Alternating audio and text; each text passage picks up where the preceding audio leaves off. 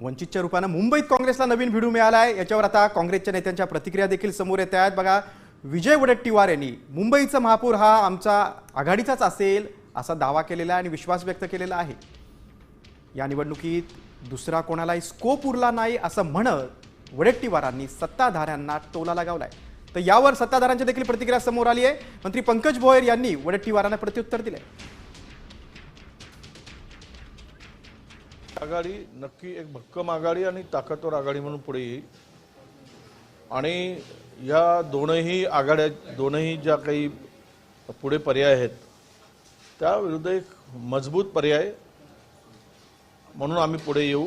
तर महापौर हा याच आघाडीचा असेल, इथे दुसऱ्याला कुठे स्कोप असणार नाही असं मला वाटतं। पण बघितलं की देशातल्या जनतेचा कल कुठे आहे, राज्यातल्या जनतेचा कल कुठे आहे आणि आता कुठेतरी अशा पद्धतीचं विधान करून लोकांना संभ्रमावस्थेत टाकण्याचं काम सन्माननीय विजय वडेट्टीवार साहेब करत आहेत। प्रचंड मोठं काम भारतीय जनता पार्टी, शिवसेना आणि महायुतीचं या ठिकाणी राज्यामध्ये झालेलं आहे। निश्चितच मुंबईचा महापौर देखील भारतीय जनता पार्टी आणि महायुतीतच त्या ठिकाणी बसेल। देश विदेशातील प्रत्येक घडामोडींचे लाईव्ह अपडेट मिळवण्यासाठी आता साम टीव्हीच्या सर्व सोशल मीडिया प्लॅटफॉर्मला लाईक, फॉलो आणि सबस्क्राईब करा।